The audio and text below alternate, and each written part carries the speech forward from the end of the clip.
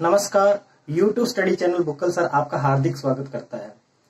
Dear learner, 9th class का काफी दिन से कोई लेक्चर नहीं हो पा रहा था। 9th क्लास के अंदर फिजिक्स के टोटल 5 चैप्टर्स हैं, जिनमें से हम एक चैप्टर कंप्लीट कर चुके हैं और सेकंड चैप्टर जो चल रहा है हमारा न्यूटन्स लॉ ऑफ मोशन, वो ऑलमोस्ट एंडिंग में था और तकरीबन 15-20 दिन से कोई मैंने लेक्चर उन पे नहीं बनाया। इसलिए भी नहीं बनाया क्योंकि सिलेबस बहुत ज्यादा नहीं है 9th का, तो धीरे धीरे हम जो है लेक्चर बना लेते हैं और कवर हो जाएगा हमारा सारा सिलेबस। तो आज हम 9th क्लास का ही टॉपिक डिस्कस करेंगे, law of conservation of linear momentum. इससे पहले हमने न्यूटन्स लॉ, फोर्स और लीनियर मोमेंटम के बारे में अच्छे से डिस्कस किया था। तो आज का जो हमारा टॉपिक रहेगा वो है law of conservation of linear momentum. So dear learner, अगर आप फर्स्ट टाइम मेरे चैनल पे आए हो तो सब्सक्राइब करना ना भूलें। प्रीवियस वीडियो अगर देखने हैं तो लिंक आपको डिस्क्रिप्शन में मिल जाएगा। जो भी चैप्टर का आपको 9th क्लास का जिस भी चैप्टर के वीडियोस देखने हैं तो डिस्क्रिप्शन में लिंक गिवन है, वहां से जाकर के आप देख सकते हो। सो चलो हम बात करते हैं law of conservation of linear momentum. Law of conservation of linear momentum. My dear student, अगर आपको law of conservation of linear momentum को समझना है तो उससे पहले अपने को क्या समझना पड़ेगा, लीनियर मोमेंटम क्या होता है। 9th में डायरेक्ट बुक के अंदर मोमेंटम लिखा होगा, उसी को हम लीनियर मोमेंटम बोल रहे हैं एक्चुअल में, ठीक है।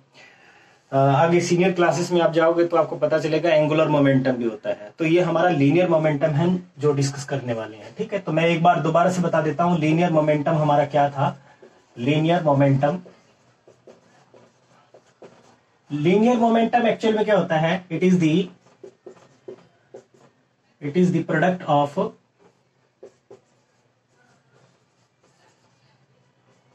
Product of mass and velocity of the moving object।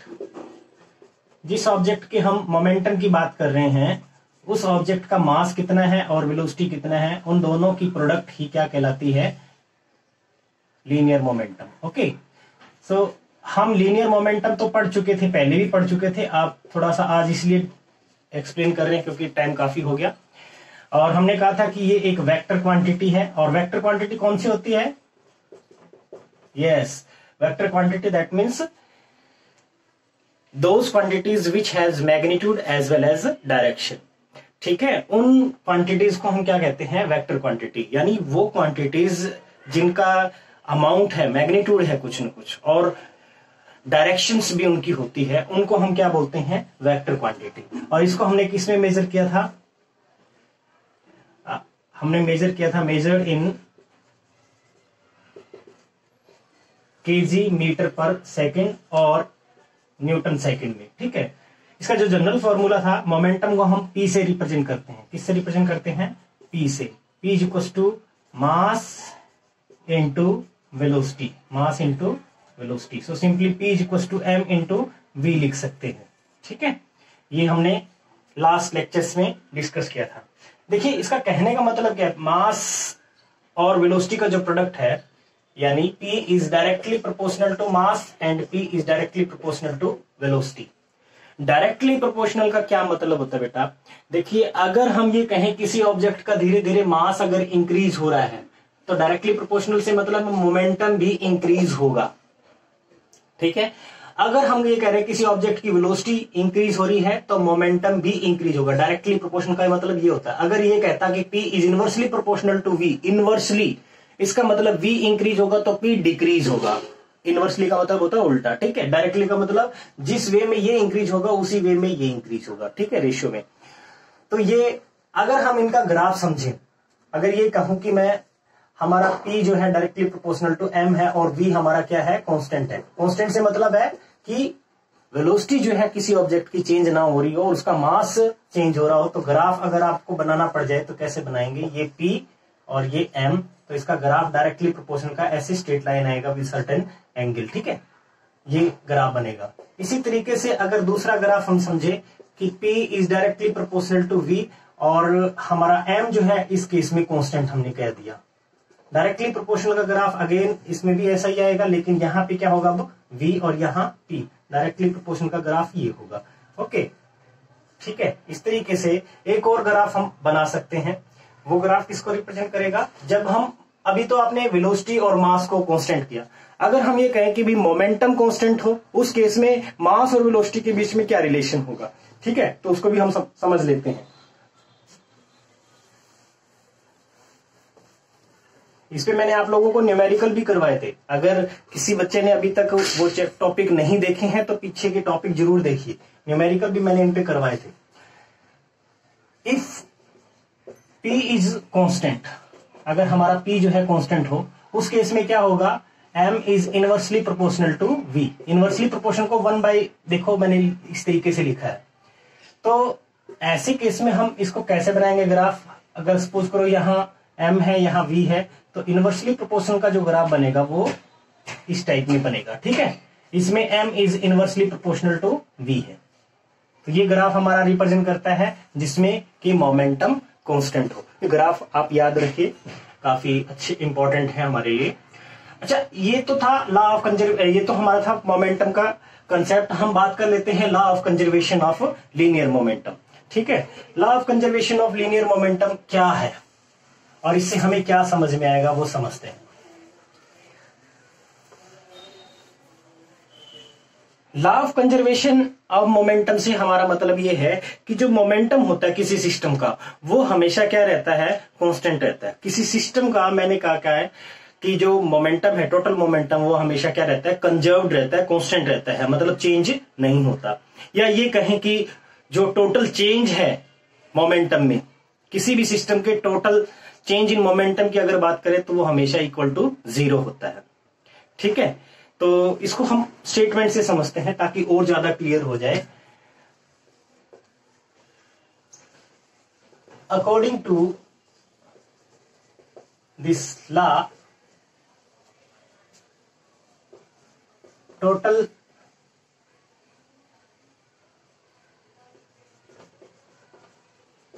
Momentum of any system is always conserved। Conserve से मतलब है कांस्टेंट। ठीक है, कंजर्व की जगह आप ये वर्ड भी यूज कर सकते हो, कांस्टेंट। ठीक है, जो टोटल मोमेंटम है किसी भी सिस्टम का, वो हमेशा क्या रहता है, कांस्टेंट रहता है। ठीक है, या फिर हम इसको दूसरे तरीके से डिफाइन कर सकते हैं, it may be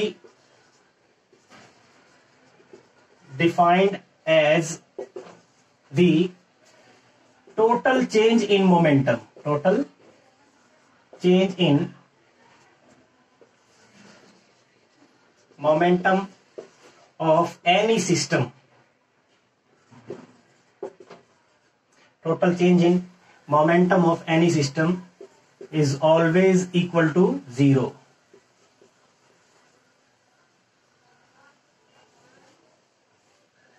always equal to 0। ठीक है, देखो स्टेटमेंट, ऊपर वाली स्टेटमेंट और इस स्टेटमेंट में बहुत ज्यादा डिफरेंस नहीं है। आप देखोगे कि ऊपर मैंने लिखा टोटल मोमेंटम और यहां लिखा total change in momentum. Total momentum जो है किसी भी सिस्टम का हमेशा कांस्टेंट रहेगा, मतलब वो फिक्स है फॉर गिवन सिस्टम। ठीक है, गिवन सिस्टम से हमारा मतलब, सिस्टम बार बार मैं वर्ड यूज कर रहा हूं, सिस्टम से हमारा मतलब सपोज करो दो बॉल आपस में आकर के कोलिजन कर रही है, टकरा रही है, तो टोटल सिस्टम किसको कहेंगे, दोनों बॉल का टकराना जो है, दोनों बॉल हमारी एक सिस्टम की तरह से काम कर रही है। ठीक है, सपोज करो कि कोई पर्सन जो है दौड़ के जा रहा है और किसी ट्रॉली के अंदर जंप कर जाता है। ठीक है, तो ट्रॉली और वो मिलकर के एक सिस्टम हो गया। ठीक है, तो इसी तरीके से मैंने यहां बात किया, अकॉर्डिंग टू दिस लॉ या according to law of conservation of linear momentum, total momentum of any system is always conserved और कांस्टेंट, और it may be defined as the total change in momentum of any system is always equal to 0। जब भी total change की बात करेंगे तो कितना होगा, 0 होगा। ठीक है, लेट्स सपोज हमारे पास दो बॉल है, इसको समझने के लिए हम बात कर लेते हैं। इसको टोटल चेंज इन मोमेंटम से मतलब है, जैसे मेरे पास दो बॉल हमने कंसीडर कर ली, यहां लिख लेता हूं, लेट्स कंसीडर 2 balls, ठीक है। ये मैंने ये 2 बाल हमने ले ली, ये और ये सपोज करो हमारी ए बॉल है और ये है बी बॉल, ठीक है। अगर हम ये कहें कि इस बॉल का जो मोमेंटम है, इस बॉल का इनिशियल मोमेंटम और उस बॉल का इनिशियल मोमेंटम, दोनों बॉल का फाइनल मोमेंटम, तो हम इसको कैसे डिफाइन करेंगे, हमारी स्टेटमेंट जो बोल रही है उसके अकॉर्डिंग हम यहां कैसे बात करेंगे। चेंज मैं यहां लिख देता हूं अभी, डेल्टा पी ए, ये डेल्टा ट्रायंगल जैसा मैंने साइन लगाया, इसको डेल्टा बोलते हैं। डेल्टा का मतलब होता है स्मॉल चेंज, ठीक है। यहां बता देते हैं डेल्टा का क्या मतलब होता है, small change.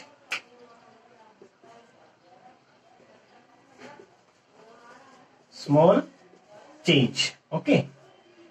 So delta P ए ये क्या है, चेंज इन, इसको हम यहां लिख देते हैं। डेल्टा पी ए क्या रिप्रेजेंट कर रहा है, change in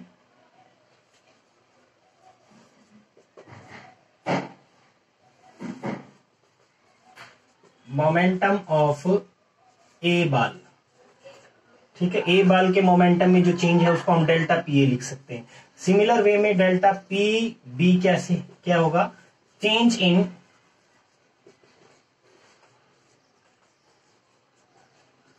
momentum of B ball, ठीक है। टोटल चेंज इन मोमेंटम, अगर हम बात करें जो स्टेटमेंट मैंने जो लिखी है तो यहां लिख सकते हैं according to law of conservation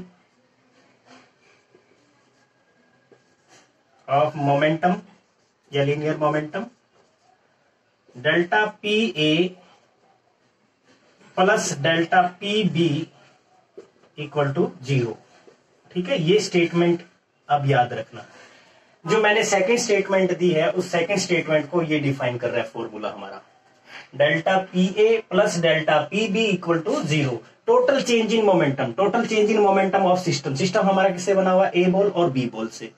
A ball हमारी जो है उसके अंदर जो मोमेंटम में चेंज आया वो है delta P A, B ball जो है उसके मोमेंटम में जो चेंज आया वो है डेल्टा पी बी। सो इन दोनों का सम जो है इक्वल टू 0 होगा, यही हमने स्टेटमेंट में बोला भी है, ठीक है। अब हम ये चीज समझते हैं कि डेल्टा पी ए किसको रिप्रेजेंट कर रहा है और डेल्टा पी बी किसको रिप्रेजेंट कर रहा है, ठीक है। स्टेटमेंट आपने पढ़ ली है, तो अभी मैं इसको रब करके दोबारा से इसको डेल्टा पी और पी बी को समझते हैं। डेल्टा पी ए क्या है और डेल्टा पी बी क्या है।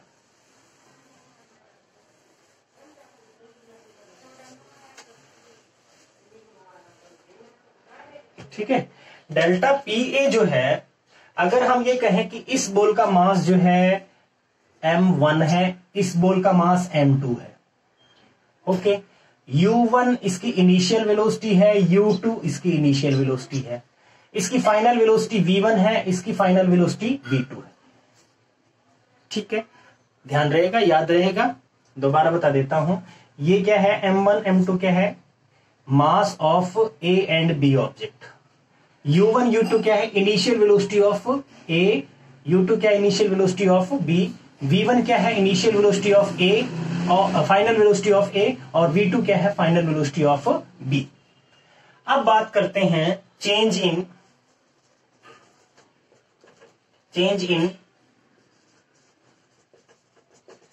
Momentum of A ball. A ball के मोमेंटम में जो चेंज आया, जैसे हमने लिखा था डेल्टा पी ए, वो कितना होगा, वो होगा mass final momentum into initial momentum. इसको आप ऐसे भी लिख सकते हो, final momentum minus initial momentum.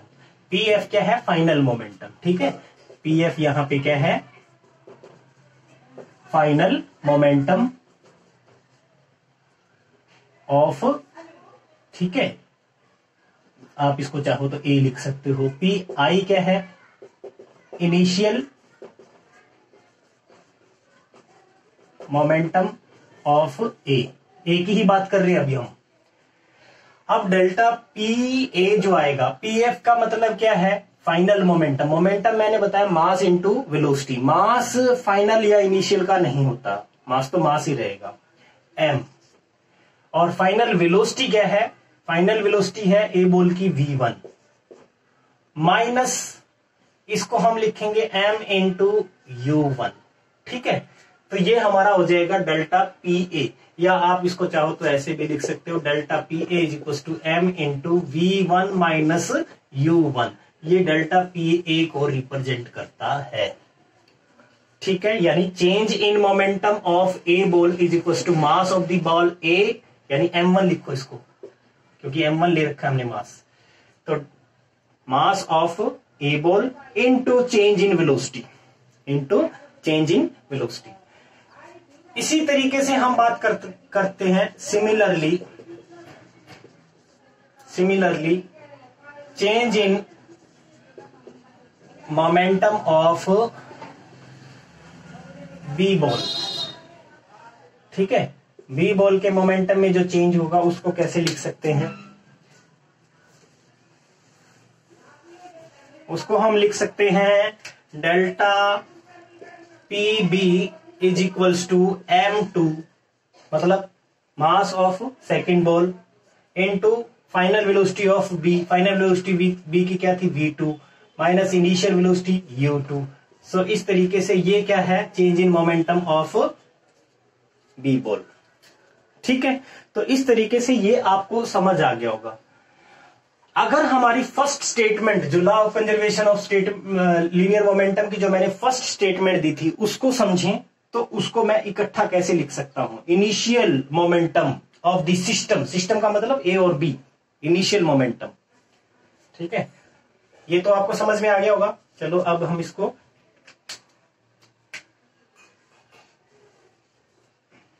अभी देखिए,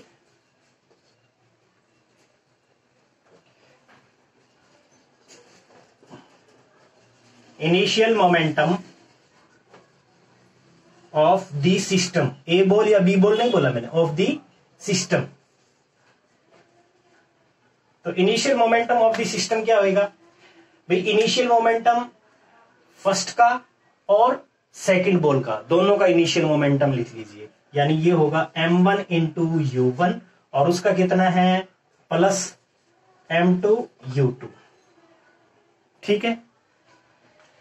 और इसी तरीके से फाइनल मोमेंटम,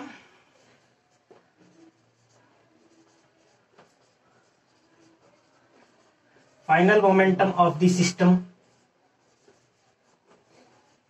सिस्टम का फाइनल मोमेंटम क्या होगा वो आप लिख सकते हो m1, पहली बॉल का फाइनल मोमेंटम क्या होगा, mass into its final velocity. तो फाइनल वेलोसिटी इसकी क्या है v1, और दूसरी बॉल का मास यानी m2 into its final velocity that is v2, ठीक है। ये तो हो गया हमारा इनिशियल मोमेंटम और ये फाइनल मोमेंटम सिस्टम का टोटल। अब according to law of conservation of linear momentum, जो टोटल इनिशियल मोमेंटम है सिस्टम का और टोटल फाइनल मोमेंटम है सिस्टम का, ये दोनों क्या होता है, इक्वल होता है, ठीक है। इसको हम किस तरीके से लिख सकते हैं, मैं यहां लिख रहा हूं अभी इसको।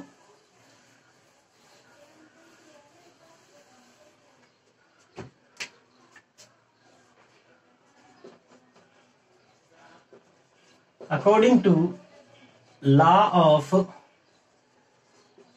conservation of linear momentum, ठीक है।